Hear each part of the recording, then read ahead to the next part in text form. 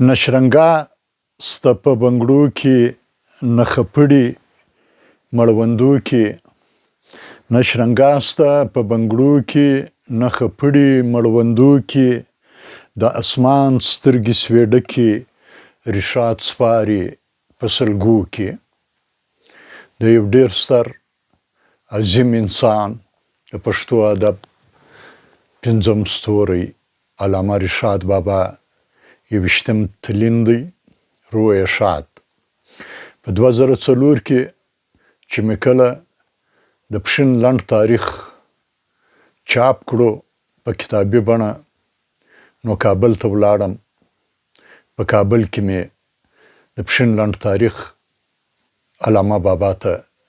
وسپارئ نو یې راته وویل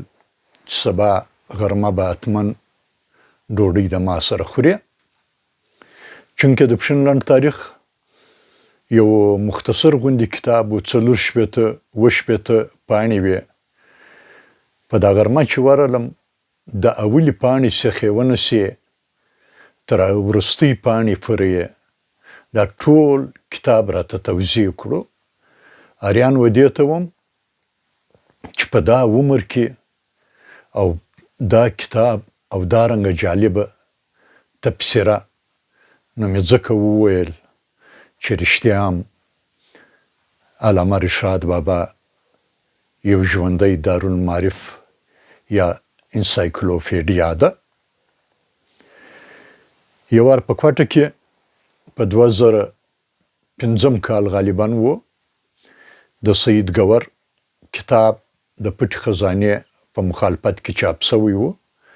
پټ خزانه فی الحقیقت نو څو وخت چې علامه رشاد بابا د رسترالی دا کتاب د راپورته کوي ویل هر یو کتاب یو ور په لوستلو ارزي اما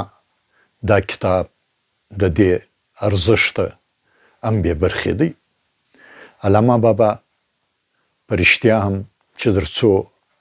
پښتو ژبه وي علامه بابا به ژوندی وي هم به د پښتو ادب پر اسمان یو تابان او روشان